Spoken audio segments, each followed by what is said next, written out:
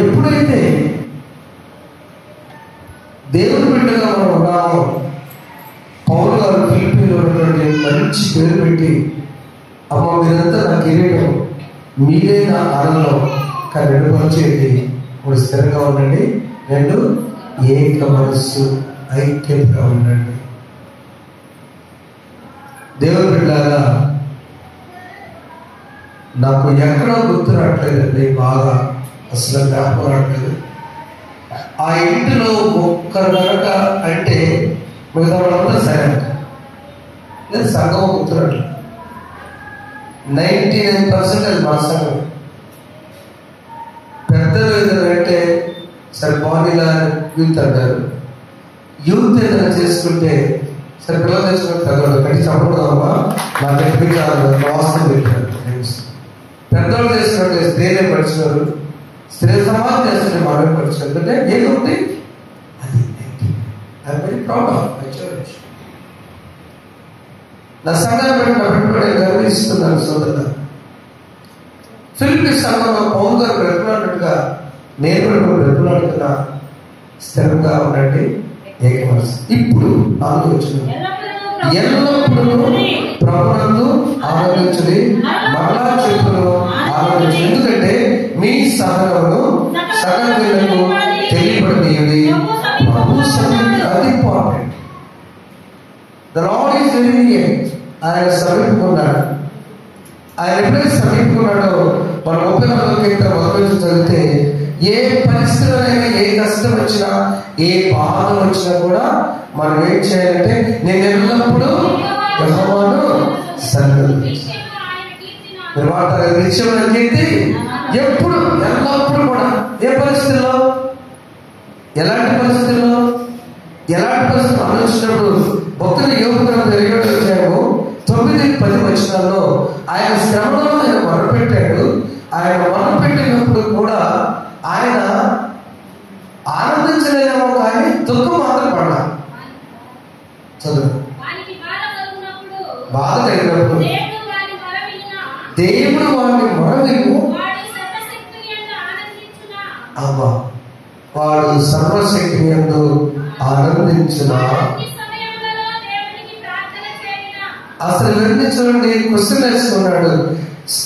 ఈ సమస్యలు ఇంత శోధన, బిడ్డలు చనిపోయారు, మన ఆస్తి తగబడిపోయింది, గొర్రెలు మందలు పశువులు అన్ని కూడా ఇళ్ళని కూడా పోయిన పరిస్థితుల్లో, ఈ పరిస్థితులలో ఆయన మొదట పెట్టే ఆయన వినుగా అసలు ఆనందిస్తాడు. Is it possible to man, to humankind, ఒక మానవుడికి ఇంతటి టెన్షన్ తట్టుకోవడం ఈజ్ ఇట్ పాసిబుల్?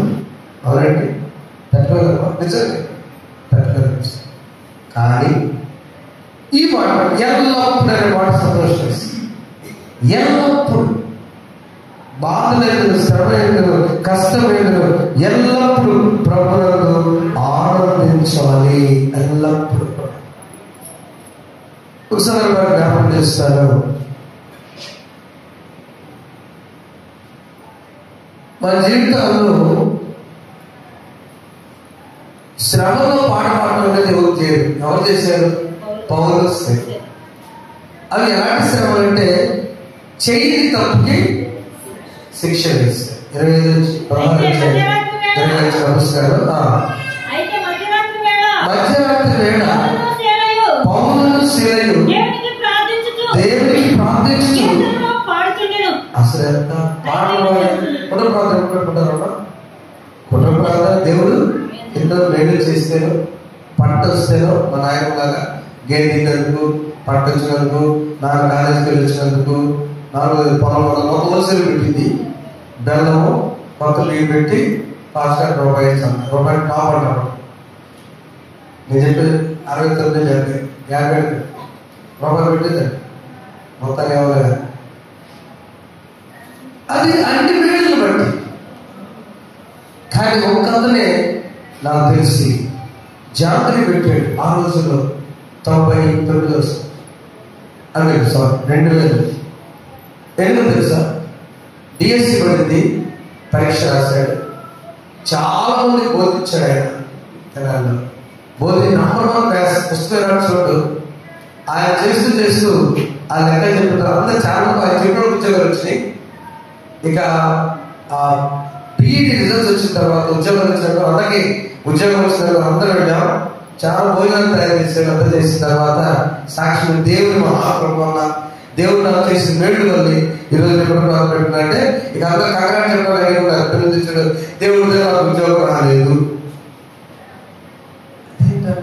నేను రాయలేదా? నా ప్రభు నాకంటే అవసరం ఉన్నటువంటి ఈ ఉద్యోగం ఇచ్చింటాడు.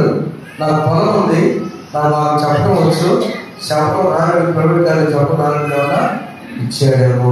చెప్పడం ఒకసారి బ్రదర్ చెవుడు దేవస్థానం స్వార్థ పరిచయంలో ఉండేవాడే. అందుకే నేను మొదలు తెలియజేసి కూతురికి నా చేత పేరు పెట్టించాడు. సంగీత పంపించి వస్తా యాక్సిడెంట్ అక్కడ చూడండి. శ్రమలోనైనా ఉద్యోగం రాకపోయినా ఎల్లప్పుడూ ఏ పరిస్థితిలోనైనా ప్రభునందు ఆనందించండి. మరలా చెప్పులను ఆనందించండి. ఎందుకు ఆనందించాలి? మీ సహనమును సకల జనులకు పౌలు శీలం కనుక ఆ రోజు ఎదురు తిరిగి ఆయన కొట్టి దెయ్యం బాగుంటుంది కనుక చేస్తాను వేస్తే ఉంటే ఈరోజు ఖైదీలు మారేవారా? ఎవరో ఖైదీలు మారేవారా? ఖైదీలు మారాలంటే దేవుడు క్షాంత ఎదుర్కొంటున్నాడు.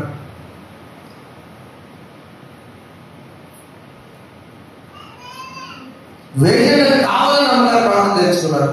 వేజలు బుద్ధులు ప్రార్థన చేస్తారు. ఆ శ్రమ కదా నేను ఎప్పుడు బయటపడాలంటే సస్పెండ్ అయితే మాత్రం వద్దాడు దేవుడు. ఉదాహరణకు అర్థం కట్టచ్చు. నా పంటకు పోయిందయ్యా ఈ సంవత్సరం బాగా నేను 5 ఎక్కువ చెప్పాను. అవునా? ఎందుకు? ఆయన చూసుకోరా? ఇక నా జీవితం అయిపోయింది. ఎక్కడ పడ్డా ఇంట్లో మనశ్శాంతి లేదు, అనుకున్నది జరగట్లేదు, వివాహం జరగదంటే ఏమైతుంది? ఒక దేవుడు గర్భించడం అనుకుంటే అబార్షన్స్ ఏమైంది? ప్రియమైన దేవుడా, మనం నేర్చుకోవాల్సింది ఎల్లప్పుడూ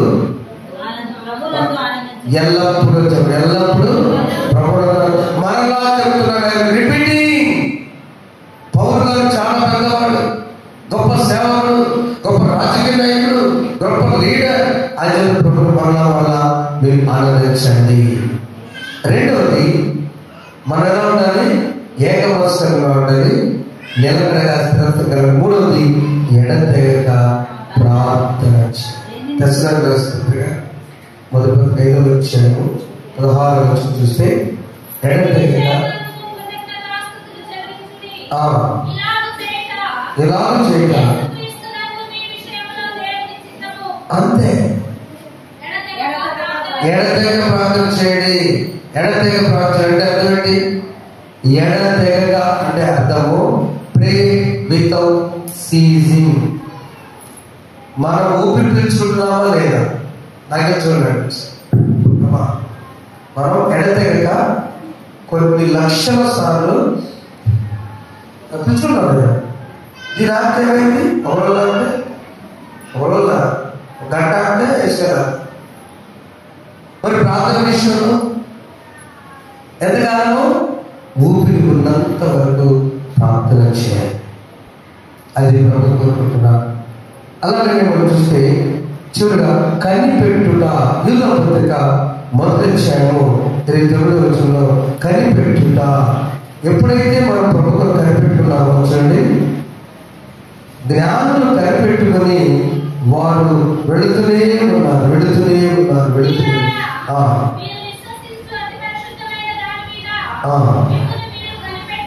మిమ్మల్ని మీరు కనిపెట్టచ్చు.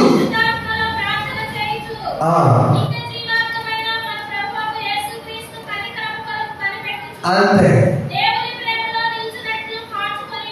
అంతే. అంతేనమ్మా, కనిపెట్టుకున్నాం. చిన్న విషయం ఈ రోజున సిద్ధపడుగా. ఎలా సిద్ధపడాలి?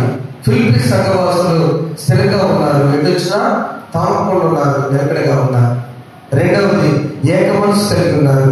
మూడవది ఎడతెగక ప్రార్థన చేసేవారు. ఆ ప్రార్థనలో మెలుగు చేసి పట్టుదల ప్రార్థన చాలా ఇంపార్టెంట్. ఆదికాండం 32వ అధ్యాయంలో 24వ యాకోబు మెలుగుగా ఉండి తెల్లవారు నిద్రపోకుండా నీవు నన్ను దీవించే వరకు నేను విడిచిపెట్టి పాడుకుంటాను. నిన్ను నేను విడువను దేవా, నీవు నన్ను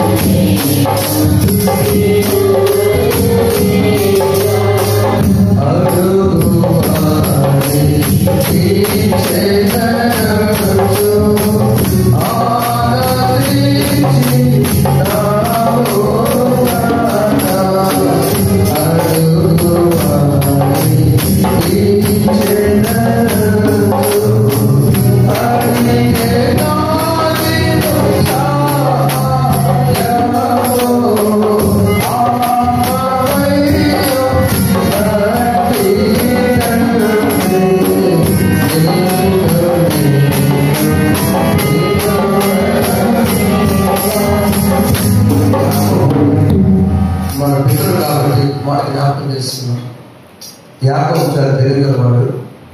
కవల పిల్లలు రెండవవాడు. ఇస్సాకు జన్మించడానికి మొదటి ఏసేను. ఏదో చేసి పైకి రావాల్సినవాడు. జ్యేష్ఠత్వం యొక్క విలువ తెలుసు కాబట్టి జ్యేష్ఠత్వంలో అన్నకి జ్యేష్ఠత్వం రావాలి వేసానికి. కానీ యాకోబు ఏం చేశాడంటే, మా అన్నయ్య టైం చూసుకోవడం దెబ్బని తండ్రి దగ్గర దీవుని తీసుకునేటానికి యాకోబు పెట్టి లేని కూడా ఏంటి వచ్చామంటే, జ్యేష్ఠత్వం నువ్వు తీసుకుంటావు కదా నాకు, అవునా నేను ఎటువంటి తీసుకుంటాను సరే కానీ ఆకలి పోవడం చురుగా పడుతుంది. అదే కాదు అన్నాడు. నేను బ్లాక్ మెయిల్ చేశాను. ఎందుకని నువ్వు జ్యేష్ఠత్వం నాకు ఇస్తే నేను నీకు కూర ఎంత ఇద్దరు తప్పు. కూర అనేటప్పుడు అన్నయ్య కూడా తమ్ముడు తప్పు. కూర కోసం జ్యేష్ఠత్వం అనుకోవడం చేశాడు. ఏదో చేసి పైకి రావాలని ట్రై చేశాడు. జ్యేష్ఠత్వం తీసుకున్నట్టుగా తీసుకున్న తర్వాత దీనికి పొందాడా పదవులు. మా దగ్గరికి వెళ్ళాడు, ఆ దగ్గరికి కూతురు అడిగాడు. పెళ్లికి ఎవరు అడిగాడు? తట్టమ్మ అడిగాడు, రెండమ్మ అడిగాడు, రాజకీయ అడిగాడు. ఇద్దరు అందగత్తి కాబట్టి అందుకని ఏం చేశాడు? మామయ్య 7 సంవత్సరాలు పనిచేయాలి అన్నాడు. పనిచేశాడు. పెళ్లి సగం అనుకున్నాడు. నా పెళ్లి అనుకున్నాడు. పెళ్లి చేశాడు మామ. ముస్లిమ్స్ లాగా ముస్లిం వేసి పెడతారు ఆ రోజుల్లో. పెళ్లి కూతురు అక్కడ పెట్టేసరికి బహు సంతోషంగా పెళ్ళికూతురు కానుకున్నాడు. ముస్లిం దిగానే పెళ్లి కూతురు చూశాడు, మామయ్య చూస్తున్నాడు. ఇది చూశాడు, మాయా మోసం చేశావు. నేను అడిగితే అడిగావు, మరి చేయలేదండి, చేస్తాను. పెద్దగా పిల్ల చేస్తుంది, ప్లేన్ చేశాడు. మరి 7 సంవత్సరాలు ఎంత పట్టుదల చెప్తున్నా. యాకోబు పట్టుదల, తను పట్టుబట్టాడంటే వదలడు. ఆ పట్టుదల లూజ్ భక్తి కాదు, అది పొరపాటైన నిజమైన. అందుకని యాకోబు సంతాన దేవుడు తీర్పించాడు. మళ్ళీ 7 సంవత్సరాలు పొరుగు చేసి రాహేలు చేసుకున్నాడు. 39తో మొత్తం ఎంతమంది సంతానం? యాకోబుకి ఎంతమంది పిల్లలు? మొత్తము 12 మంది. అక్కడ గట్టి చూస్తున్నారు. దీనా ఏం చేసింది పాపం? చెప్పండి, ఎంతమంది పిల్లలు? గట్టి చెప్పండి, ఎంతమంది? అది ఆడపిల్లలు తొక్కేస్తారు. 12 మంది కుమారులు, ఒక్క కుమార్తె దీనా. దీనం చెప్పడమ్మా, ఇప్పుడు ఎంతమంది దీనం ఉన్నారు? అబ్రాహం గారు కూడా అంతేనా? ఆవు కాబట్టి మీకు ఎలా కావాలి మాకి అందుకే బాగు చేసుకున్నాడు. నేను హాస్పిటల్ చూసి ఒక అంతే భార్య కాదు, తోపుడు కంటే ఎక్కువ దీనురాలను వినాశనం. ఆ యాకోబు ఇక నా జీవితం అంతా నేను తొలగించుకొని ఇప్పుడు ఇశ్రాయేలు మధ్య టైం వచ్చినప్పుడు ఒక నరుడు రాత్రి అంటే అతను వెలుగుగా ఉన్నాడు. నా దేవుని బిడ్డలారా, యాకోబు సంఘాలు యాకోబు is young all the time. Is away, మెలుగుగా ఉన్నాడు. మెలుగుగా ప్రార్థన లేదు, మనకు టైం ఉన్నప్పుడు చేసే ప్రార్థన లేదు. ఆయన తెల్లవారు వరకు పెరుగులాడుతూ పోరాడి మాట్లాడాడు, నీవు నన్ను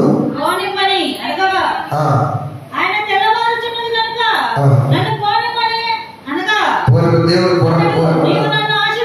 నీవు నన్ను ఆశీర్వదిస్తే కానీ క్రిస్మస్ ముందు నీ సిద్ధపాటులో మెడుగుగా చేసే నా దేవుడు నాకు ఇచ్చాడని కొత్త గ్రంథం thanks you pray and pray away and also steadfast faith విశ్వాసంతో దేవుడు నాకు ఇచ్చాడు అని ప్రార్థించాడు. అందుకని యాకోబు ఇశ్రాయేలు వారిని దీవించాడు. చెప్పండి ఒకసారి, యాకోబు గోత్రాన్ని ఇశ్రాయేలు గోత్రం పేర్లన్నీ కూడా అబ్రహాము దేవా, ఇస్సాకు దేవా, యాకోబు అందరూ కలిసి ఈ పండుగ దినంలో మనం కూడా మన ప్రార్థనలో నువ్వు ఇచ్చావని నా జరిగించావని ఇస్తుంది. నా ప్రార్థన విన్నందుకు నీకు వందనాలు. హదా చెప్పి కదా, నీవు నా మనం విని నేను మనం చేసి నీ దగ్గర పొందాను అనుకున్నానే, ఆ బిడ్డే 1:2 రోజుల్లో ఈ బిడ్డ నా ఎదిగిన వాడ అతనే ఇతడు.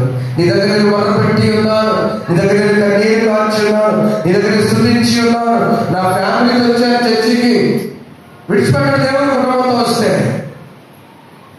ఎల్కాని అక్కడ నిలుచోపడలేదు, ఎన్నిసార్లు కావాలని నిందించలేదు, నాలో కొడుకు చూసుకోమన్నాడు.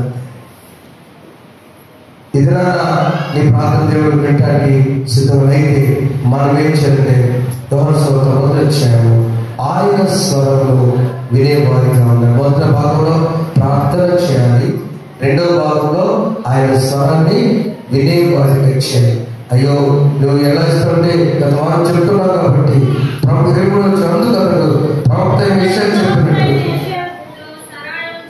సరళం చేయండి, అరణ్యంలో వెలుగైతే చెప్పు శబ్దము అని చెప్పాడు. ఆయన అంటున్నాడు, నేను ఎంతటి వాడను, ఏ పాటి వాడను, ఆయన చెప్పులు ఆ వెప్పుటాన్ని అంటుకోవడానికి నేను యోగం చేస్తాను. అందుకే చాలా మంది పెద్దవారు వచ్చినప్పుడు ఎదురు తనెత్తి మాట్లాడారు, తలంచుకునే చెప్తారు. మేనమామ దగ్గర లేక పెద్దవారి దగ్గర తలంచుకునే దూరంగా చెప్తారు. కూర్చోమంటే కూర్చోండి, అమ్మాయి అయితే పేటలాడుతున్నావు అనిపిస్తుంది. అయితే నేను శబ్దం కూడా అంటూ ఉన్న మాట ఏంటంటే, తగ్గించుకునే జీవితంలో మనకు చేసినది అయ్యా నీ స్వరంలో నా స్వరం. ఒక మాట చెప్తాను, మనం పాడే పాట సంగీతం వచ్చిన రాకపోయినా, మనం చేసే ప్రార్థన పదము కలిగిన రాకపోయినా, మన హృదయం నుంచి ఏది బయటకు వస్తుందండి అది ప్రభుకి ఇష్టం. ప్రభుకి ఇష్టం. చిన్నపిల్లలు చక్కని గాంధీ భాష మాట్లాడతారా, వచ్చి దాని మాటలు మనకి ముద్దు ఇష్టం. ఆయన స్వరం మనం లోపల తెలుసుకోవాలి. ఆయన స్వరం ఉదయాన్నే పడతాము, నీ స్వరము వినిపించు ప్రభువా, నీ ఆశీర్వదించు, నీ స్వరము వినిపించు ప్రభువా, నీ ఆశీర్వదించు.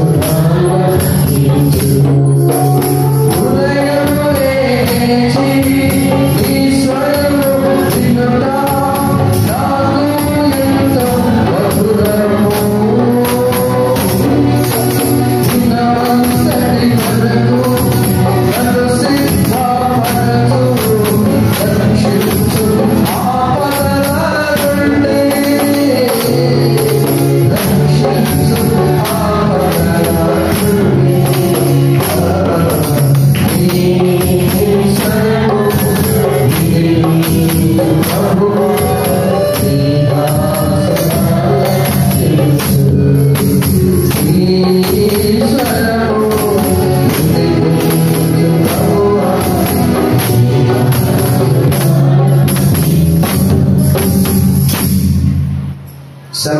విన్నాను నా సెల్ ఫోన్ విన్నా స్టోరేజ్ అయిపోయింది.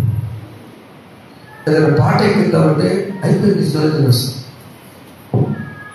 మన హృదయం అనేటువంటి ఈ హృదయం అన్నీ నిండిపోయింది. ప్రభు వాక్యం నుంచి లోపల టైం బయటికి మన హృదయంలో బాధలు, శ్రమలు, కష్టాలు, వేదనలు, అన్నెసరీ వాట్స్ ఉపయోగం లేనటువంటి కూడా లోపల పెట్టుకొని ప్రభు వాక్యం వచ్చినప్పుడు స్వరించినప్పుడు లోపల పెట్టుకోకుండా కానీ లోపల వచ్చుకుంటే అప్పుడు ప్రార్థన మిక్స్ అయిపోతాం కనుక ఈ వాక్యము, ఈ ప్రార్థన, విశ్వాసం ఈ మూడు నమ్మిక ఏం చేస్తే ఆశీర్వాదం. ఇది అర్థమైంది.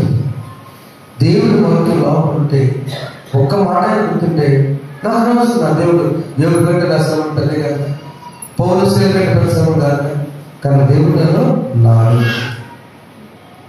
యాకోబులో ఉన్న దేవుడు నాలో ఉన్నాడు, హన్నాలో ఉన్న దేవుడు నాలో ఉన్నాడు, పౌరుషులకు ఉన్న దేవుడు నాలో ఉన్నాడు అని ఎప్పుడైతే ప్రార్థన చేస్తుంటే ముందొచ్చే ధైర్యం లేక వెనక వచ్చి వస్త్రపు చెంగు పుట్టిన సహోదరిని దేవుడు స్వస్థపరచలేదా? చెప్పకుండా ఒకసారి నీకు ధైర్యం లేనప్పుడు ఆయన స్వరము చిన్న ప్రార్థన చేశాడు. ఆయన పాపి లేని నన్ను ఎవరు ఒక్క మాట ఒక్క సెకండ్ ఈ కారణంలో సారా అలాంటి వాడు కాదు. నేను అనవసరంగా ఒక ప్రార్థన సమయంలో చెప్పాడు. నిలుచుండి ఆకాశం కనులెత్తి ధైర్యం చాలక అంతే దేవా పాపులను కరుణించినంతే చాలు. అలాంటి ప్రార్థించారు. ఫిలిప్పీ సహోదరి బలపరిచిన పౌరుగా అమ్మ మీరు చాలా మంచివాడు కానీ ఏర్పరుస్తుంది. ఏ స్త్రీని ఇక్కడ మాట్లాడుకోలేదు, మిమ్మల్ని పెట్టుకున్న మాట్లాడుకోలేదు కాక మీకు తెలుసు ఎవరు మీకే తెలుసు. ఏ అన్నదమ్ములు మాట్లాడకూడదో వాళ్ళు మాట్లాడకూడదు కాక ఆమె, ఏ భార్య భర్తలు మాట్లాడకూడదో వాళ్ళు మాట్లాడకూడదు. ఇంకా పౌరులు బ్రతికులాడించారు. పండుగ రోజుల్లో మన వద్దు, ఏది వద్దు, నువ్వు వర్షించబడాలంటే దేవుడిని ఆశించి జనవరి నుంచి నేటి వరకు బ్రతికించాడంటే ఏ సేవలు మాట్లాడదో మాట్లాడుతుంది. మీకు సంఘంలో చెప్పడం చెప్తుంది. క్యారెస్ అప్పుడు నాకు ఏదైనా సేవలు దొరికితే గొప్పలు కవర్లాడుకుని ప్రార్థన ఈ నాకెత్తాను అలా ఏంటన్నాడు ఎప్పుడు అలా నా కోసం ప్రార్థన ఏమైంది నా కుటుంబం కోసం ప్రార్థన అదే అన్నాడు. డాక్టర్ పోల్చుకుంటాడా అప్పుడు చేసాడు అంతే.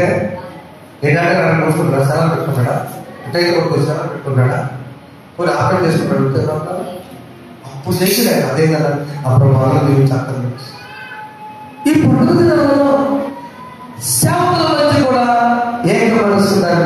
ఎంతకాలం పెరుగుతాం, ఎంత గొప్ప ప్రసంగాలు అని ఏం చేసుకున్న ప్రసంగాలు సమాధానం సమస్త జ్ఞానం నుంచి దేవుడి సమాధానం ఇప్పుడు కదా సమస్త జ్ఞానం నుంచి దేవుడి సమాధానం ప్రభు యేసు క్రీస్తున్న విడుదలప్పుడు కావాలంటే ప్రతి ఆత్మ పెట్టున్నామే. సో మనం ఈరోజు లక్ష్యంలో ఆయన వాక్యాన్ని లోపల పెట్టుకున్నాం. ఆయన స్వరాన్ని ఇటువైపు ఆయన స్వరం మనవిద్దాం, మన స్వరాన్ని వినిపిద్దాం. మన సంగీతం వచ్చింది కాబట్టి ప్రార్థన వచ్చింది కాబట్టి ప్రభు కొట్టుకుని సుఖనివని పంచాయతీ ప్రార్థన నటించదు పరిశుద్ధాత్మ సాయం చేయగాక. ఆమె వినండి, స్వరాన్ని ప్రార్థించండి, ఎన్ని సంవత్సరాల ముందుకు సాగండి. 3 మాటలు చెప్పుకునేది వినండి. ఆయన స్వరంగా వాక్తించడం ప్రార్థించండి, పట్టుదలతో ముందుకు సాగాలి. నటించదు పరిశుద్ధాత్మ సాయం చేయగాక. అందరూ నేను ఎల్లప్పుడూ యెహోవాను సన్నుతించెదను, నిత్యము ఆయన కీర్తి నా నోట ఉంచెదను. యెహోవాను సన్నుతించెదను, నిత్యము ఆయన కీర్తి నా నోట ఉంచెదను. అంతా నా ఆరాధన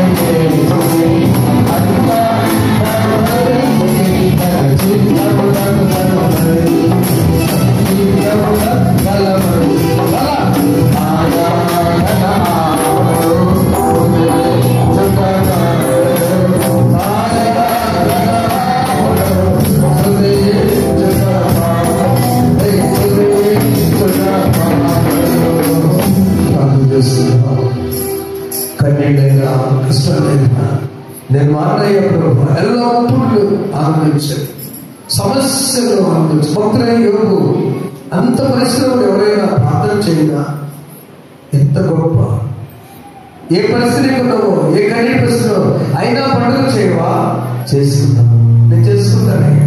నీ వాక్యం నాలో ఉంది, స్టోర్ అయింది ప్రభా. చెత్తంతా తొలగించిన అయినా నీ మాటలు నేను లోపల పెట్టుకుంటాను. 20 రోజులు క్రిస్మస్ మాటలు నేను వాక్యం ద్వారా పెట్టుకుంటాను ప్రభా. ప్రార్థన చేస్తాను, పట్టుతాను, మెరుగుగా ఉండి సంతోషంతో పొందుతానని ఎడతెగక ప్రార్థన చేస్తాను. నేర్చుకున్నాను పరిశుద్ధంగా నేర్చుకుంటున్నాను. జాలిగా దేవునికి పొందుతాను. వినవాక్యం నీకు కట్టుకుని ఏ పరిస్థితి నీ స్వరాన్ని బాప్తిస్మ యోహాను శబ్దం చెప్పాడు. నేను చెప్పులు పట్టుకున్న యోగుని కాదని చెప్పాడు. అందుకే నీతో మాట్లాడే ధైర్యం లేక రక్తస్రావం లేక సహోదరి వస్త్రము చేయకుండా స్వస్థపడింది. ఈ బిడ్డ మా బిడ్డ అవసరం అడిగితే ఇస్తా చెప్పేవాడిని అడిగితే తండ్రికి తెలుసని చెప్పింది.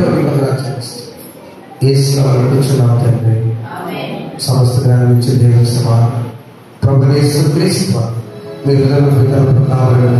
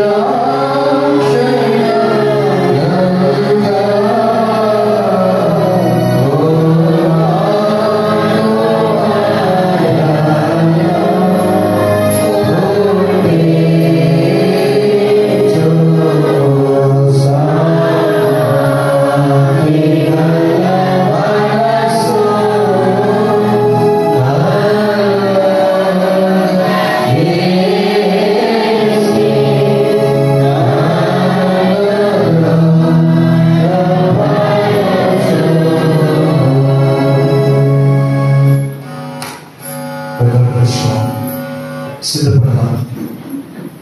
ఏక మనసుతో సిద్ధపడదాం. విశ్వాసం సిద్ధపడదాం. పట్టుదల బాగా సిద్ధపడదాం. అదే ప్రతిష్ట ప్రభుత్వం ఇస్తుందో సిద్ధపడదాం. ఎందుకంటే విషయం దేవుడు సిద్ధపరచగా